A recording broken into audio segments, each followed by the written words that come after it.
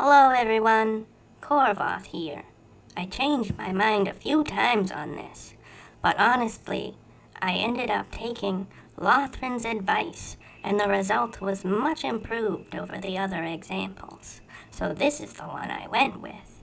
So shut your eyes and feel the burst of crisp energy rush into your circuits. This is awakening.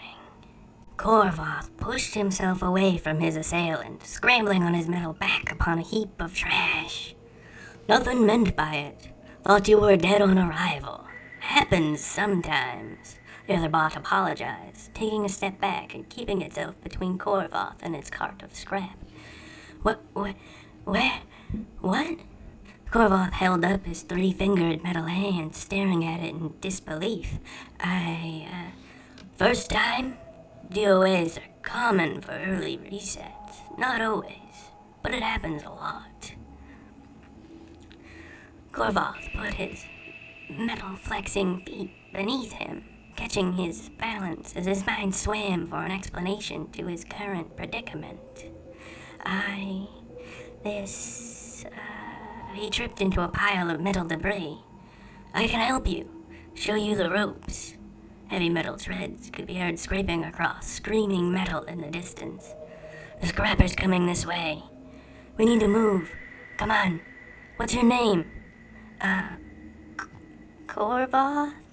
He spoke up, being a little freaked out at his much too deep voice. Funny name. I'm Zilch. Come on. If we make it to the trade depot, we'll be safe. Sort of. Zilch began dragging his wobbly, overburdened cart along the path between the piles of heaped-up junk. He kept gesturing for Korvoth to follow after him. Where am I? Korvoth asked as he limped along behind this other robot. Foundry 17. We need to hurry. It's just up ahead. Zilch kept egging his charge on till it came out of the trash metal mountains into a small clearing teeming with hundreds of other robots, toting this pile of scrap or sorting through their gathered motors and whatnot. Whoa, this is... Korvoth began. A real heap of crap, I know. Zilch laughed back to Korvoth over the edge of his cart. But the scrapper... He pointed to a machine the size of a literal mountain, roving across the horizon, constantly scooping junk into metal-churning maws the size of a 16-lane highway. Where are we? Foundry 17, I already told you. Did you sustain memory core damage? Memory core? I could fix that in this chair. One battery per seat. Come on, early takers get the best price. Bugger off! Zilch chased the salesman away. Keep away from merchants till you get your bearing. Bunch of crooks, if you ask me. He furrowed the display lights that were his visible eyes, but softened them again when he looked at Korvoth. It's okay, lad. He's just trying to make a living the only way he knows how. Everyone is. I'll show you the salvage market in my place. Come along. Korvoth could still only barely manage to keep up. He found himself constantly bouncing off of and careening into and among robots moving in every direction imaginable. Where'd you go, Korvoth? Korvoth ran up to Zilch's battered cart. Here, you see these 4 big tents? Merchants for scrap metal, parts, wires, and batteries. Batteries being the important one right there. I'm going to exchange my stuff. You just sit tight and watch nearby. Learn a thing or two. Zilch spent the better part of an hour haggling over most of the contents of his cart, which he dragged into the building-sized ramshackle tents. Pretty much everyone else did the same thing. There was a constant rumbling, cacophonious noise from bots trying to speak over the chattering of each other. Korvoth tried his best to keep up. 2 bits of steel as long as his arm seemed to be about the same price as a bundle of wire, as large as his own dented metal head. And that bundle was about equal to any 4 good bike tires. And it would take all of those previous items combined to buy half of 1 battery. So you knew how important each one of those was on an instant. He took a moment to look down at his chest, noting how many of the robots, or really almost all of them but him, covered themselves in some way with either armor or cloth to protect unwary eyes from their power score. And his own exposed one suddenly felt much too exposed. A lot of the other bots were staring at him in some way. He felt a little self-conscious all of a sudden.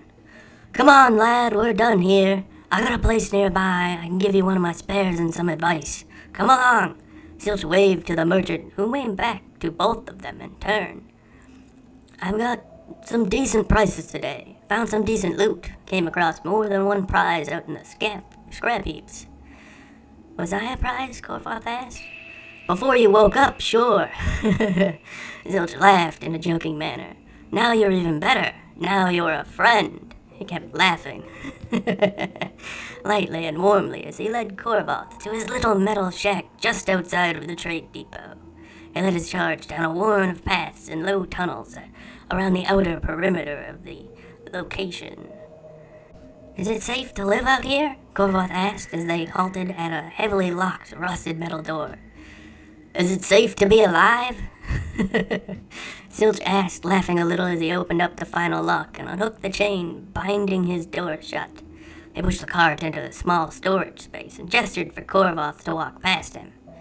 Korvoth did his best to clamber over piles of makeshift inventions into a seat that looked like it inclined by a power-action lever that he placed his hand on. Don't pull that lever unless you want to go for a real scary and fun ride." Zilch warned as he locked the door with even more chains and bolts and securing mechanisms behind them. "There we are.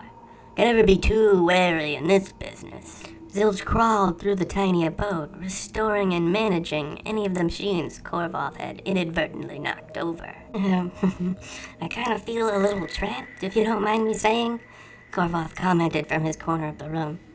"Well, if anything untoward does end up happening, feel free to pull that lever.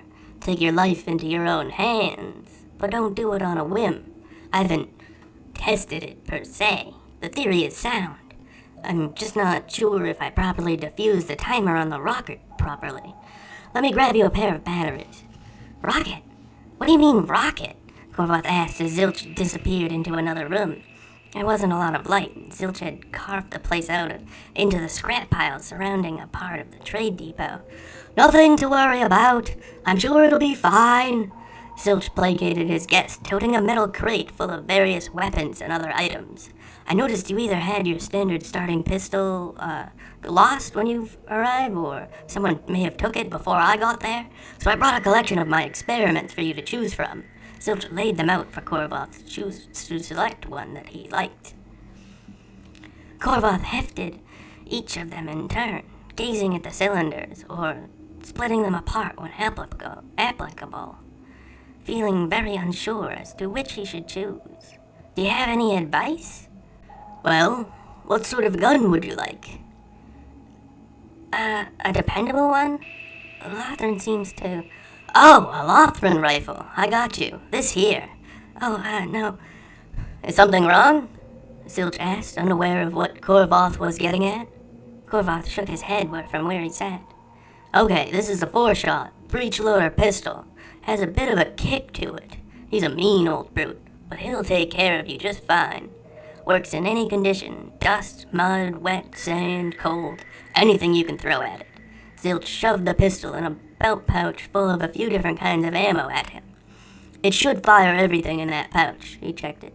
"The buckshot's worthless, but you can keep it. Make a trap out of it or something. I have plenty. What am I forgetting? Oh, batteries!" Zilch bent back into the crate to pull out a few worn-looking replacements for Korvoth's main battery.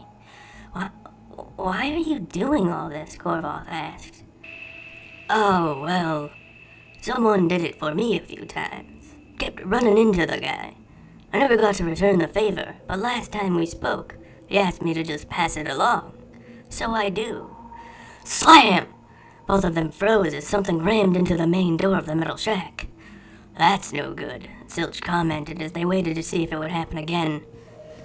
Put the belt on and holster your pistol. We don't know if Slam! Slam! Slam! "We know you're in there, Zilch.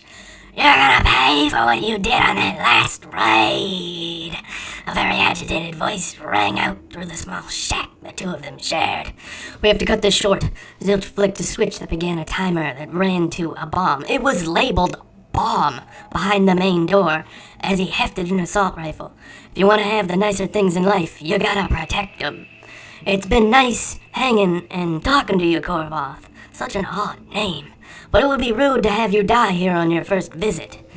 With that, Zilch tossed Korvoth a bag full of batteries and then wrenched the lever down as quick as he could. Nothing happened for a few seconds.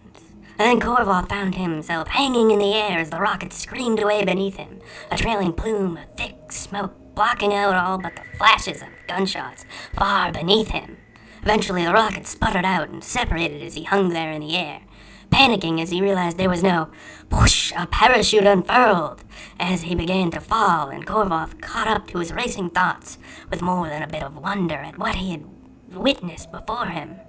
A tremendous spectacle of firefights here and there, hills and mountains of scrap in every direction beyond all horizons.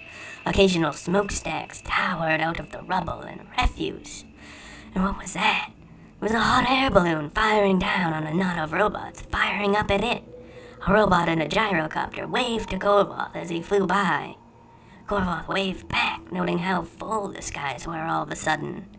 He glanced back down at the incredibly distant ground below as he drifted ever closer to it.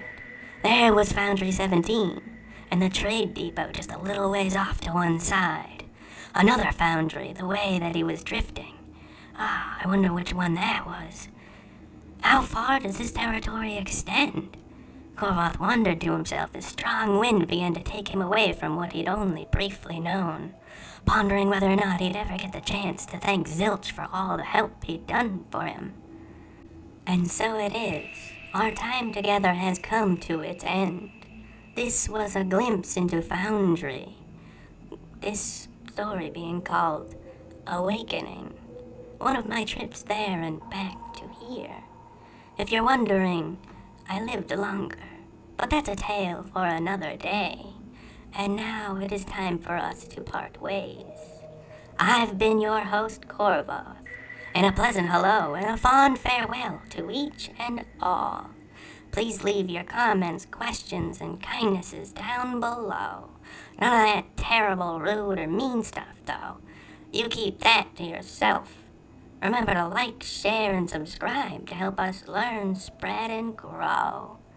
Don't forget, we strongly encourage each and every one of you to do your utmost to stay safe out there. Goodbye and good luck, everyone.